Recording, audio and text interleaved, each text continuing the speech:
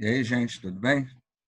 Hoje eu queria aí trazer uma reflexão, né? A gente está aí nesse processo de, durante a semana, a gente está enviando um vídeo e no domingo, né, a gente está aí se reunindo de 9 às 10h30 lá na igreja pela manhã, né? Por enquanto,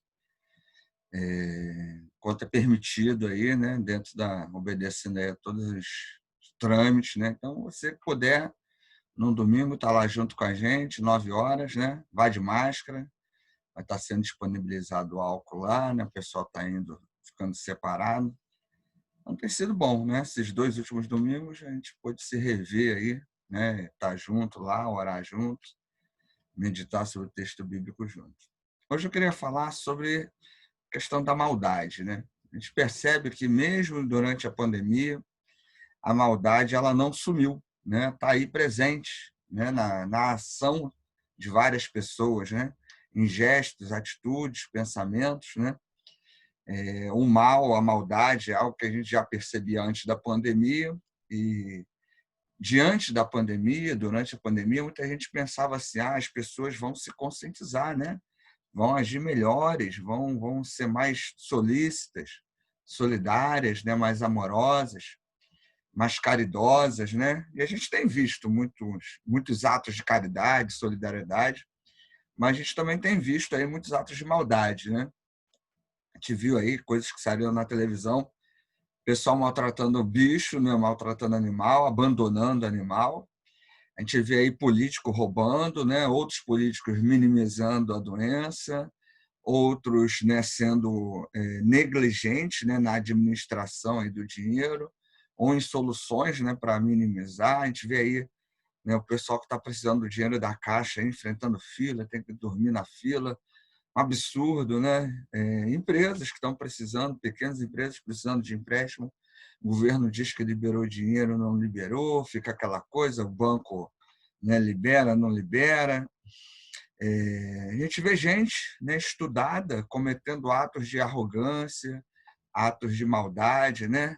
Teve o caso aí daqueles engenheiros que discutiram aí com o fiscal, né, da vigilância sanitária, por causa do uso de máscara.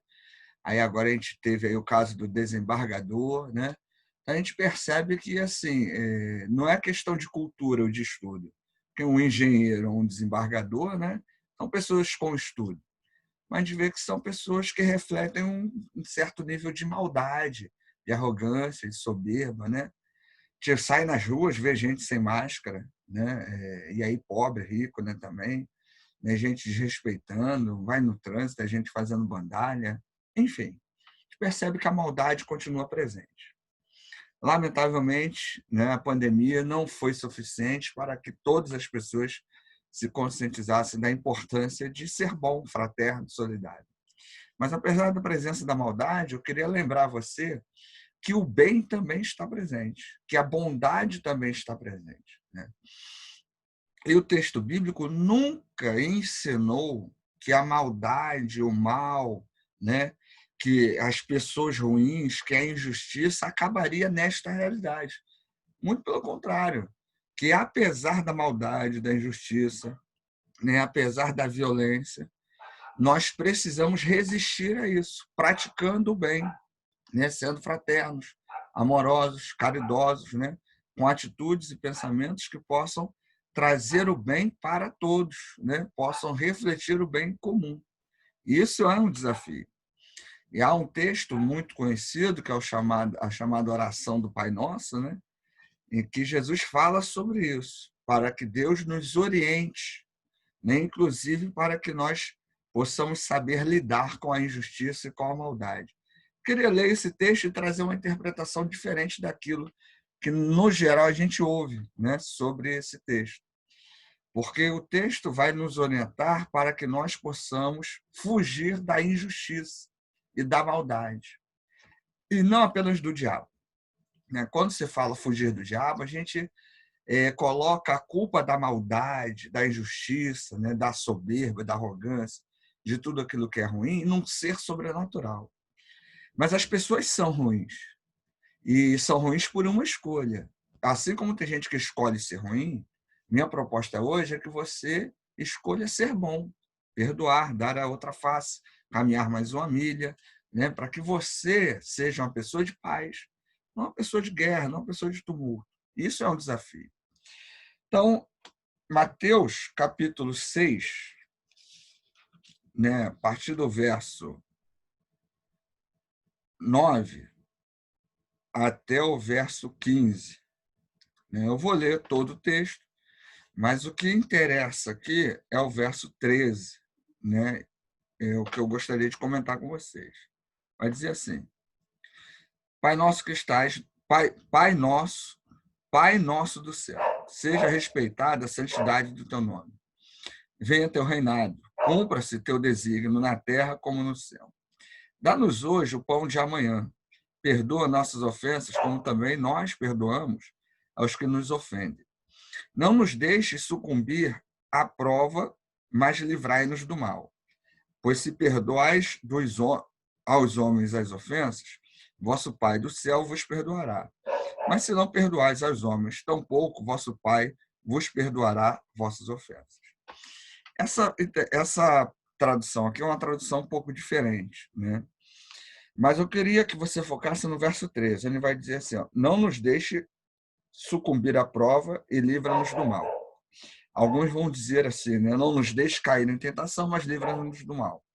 Algumas Bíblias, quando trazem esse termo mal, trazem o mal com M maiúsculo, né? Dando a entender, né, que a ideia seria livrar de um ser malvado, né, do diabo, de Satanás. Só que o termo em grego aqui, ele dá a ideia, né, o termo ali em grego, ele dá a ideia de injustiça, de maldade.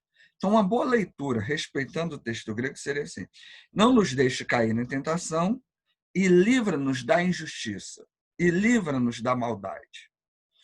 Por que esse texto tem tudo a ver com o contexto em que estamos vivendo hoje? Em meio à pandemia, políticos corruptos, pessoas arrogantes, soberbas, ruins, pessoas violentas, né? Então, diante da maldade, a gente precisa buscar forças em Deus para não cairmos na tentação de também sermos maus, de não pagarmos o mal com o mal. A nossa tarefa como cristãos e cristãs é pagar o mal com o bem. Isso não é ser bobo, isso não é baixar a cabeça para a maldade, isso não é deixar de protestar contra a injustiça, mas isso é lutar com as armas que Deus nos dá, né? E a arma que Deus nos dá, né, muitas delas, né, que Deus nos dá, tem a ver com um comportamento que reflita a imagem de Jesus, que reflita os valores do reino de Deus. Por isso, no mundo onde, mesmo diante de uma doença que ataca todos, né, independente de cor, né, de sexo, de idade, de condição financeira, nós precisamos lutar para não cairmos na tentação de sermos maus também, de deixarmos de ser solidários, de deixarmos de ser amorosos. Que as notícias de maldade, de violência, de arrogância, de soberba, não nos contaminem e que nós possamos clamar como o texto diz. Livra-nos, né, da maldade e da injustiça e ajuda-nos a não cair em tentação. Porque é muito, né, claro que, em meio a situações de violência, de dor, de sofrimento, de injustiça, as pessoas se deixam contaminar. E eu e você precisamos lutar contra isso. E o texto aqui, né, nessa orientação que Jesus dá aos seus seguidores, né, porque na época de Jesus, quando as pessoas oravam, né, quando as pessoas falavam com Deus, era através de repetições, né, era para aparecer, né, eram orações que não buscavam a comunhão, o ouvir a Deus, né, o entender a questão da fraternidade, da solidariedade, mas eram orações individualistas. E aqui Jesus está ensinando sobre a solidariedade, sobre a fraternidade e sobre a importância de termos um comportamento, de termos valores interiores diferentes deste mundo que é mau, que é violento, que é arrogante, que é soberbo. Como é revoltante, né? Ver as pessoas destratando outras na televisão. Pessoas que deveriam ter uma condição melhor, né? A gente vê violência policial, a gente vê o tráfico de drogas, né? E às vezes a gente fala assim, porque o pobre, a violência é só no pobre. Não é. está vendo gente com dinheiro, gente no Leblon, gente na região litorânea, gente destratando, fazendo maldade, né, traficando drogas. Então, a maldade ela está inerente a todos, né? E é uma luta, é um desafio individual e pessoal para que nós não nos contaminemos com a maldade, para que nós não caiamos na tentação de fazer o que todo mundo faz. O texto bíblico, lá na carta, no texto de Tiago, por exemplo, e outros textos do Novo Testamento, você vai trazer duas palavrinhas, tentação e provação. No geral, a palavra tentação tem a ver com aquilo que está interno, aquilo que vem de dentro de nós, de nossos valores, de nossos desejos. Então, a tentação é aquilo que está dentro de nós. E, humanamente falando, todo mundo quer se vingar, todo mundo quer, ninguém quer dar outra face, né? Uma pessoa que é soberba e arrogante quer humilhar os outros, né? Isso, né? Tem pobre que é arrogante, tem rico que é arrogante, tem gente que tem estudo que é arrogante, tem gente que não tem estudo que é arrogante. A arrogância independe, né, da quantidade de dinheiro, de estudo que a pessoa tem, ou do local onde mora. Então, nós precisamos lutar com isso. Qual a maneira de lutar com isso? E aí o meu desafio para você, mesmo em meio adiante, mesmo em meio a tanta maldade, tanta notícia ruim, é que você continue tendo uma vida de oração e de leitura da Bíblia. Porque uma vida de oração e de leitura da Bíblia vai fazer você ouvir Deus. E Deus vai te falar qual é o caminho certo, qual é a maneira de reagir correta, né? A gente vê aí até casos de gente que se diz crente que está fazendo besteira. Mas esse pessoal não tem comunhão com Deus. Porque quem tem comunhão com Deus não faz besteira, né? Não sucumbe à maldade, não sucumbe à tentação, né? Aprende a lutar com as armas do reino, que é o amor, a fraternidade, a solidariedade, o perdão, a bondade, né? Então, diante de tudo isso que temos visto, né, de tanta coisa ruim, entenda que, apesar da presença da maldade, o bem também está presente. E como é que a gente percebe o bem? Primeiro, você deve agir de maneira bondosa, de maneira caridosa, perdoando, amando, né, ajudando aqueles que precisam. Então, o bem começa a se mostrar presente quando você faz a sua parte, como cristão, como cristã. É um desafio, né? Por isso, minha proposta é: continue lendo a Bíblia, orando e vencendo a tentação, né? E pedindo a cada dia que Deus te livre da maldade e da injustiça. Que a maldade e a injustiça não é culpa só do diabo, é culpa de gente que está por aí que escolheu fazer o bem. Que você que escolheu fazer o mal, né? Que você escolha fazer o bem. Ao contrário de muitos e muitas em nossa época, né, nesse momento, que estão escolhendo fazer o mal, que eu e você possamos sempre escolher o bem. Não é fácil, não é simples, mas é possível, né? Como já falamos numa outra mensagem.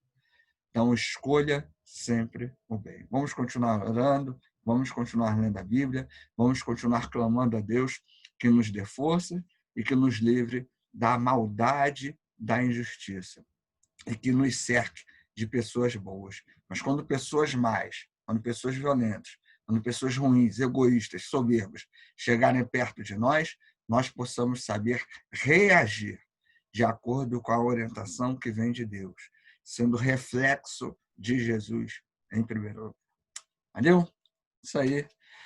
Bom restante de dia, de noite, aí, de madrugada para você. Não sei a hora que você vai estar vendo isso, né? Mas lembre-se, o mal está presente. Mas apesar da presença do mal, o bem também está presente através da sua vida, através do seu testemunho. É isso aí. Valeu.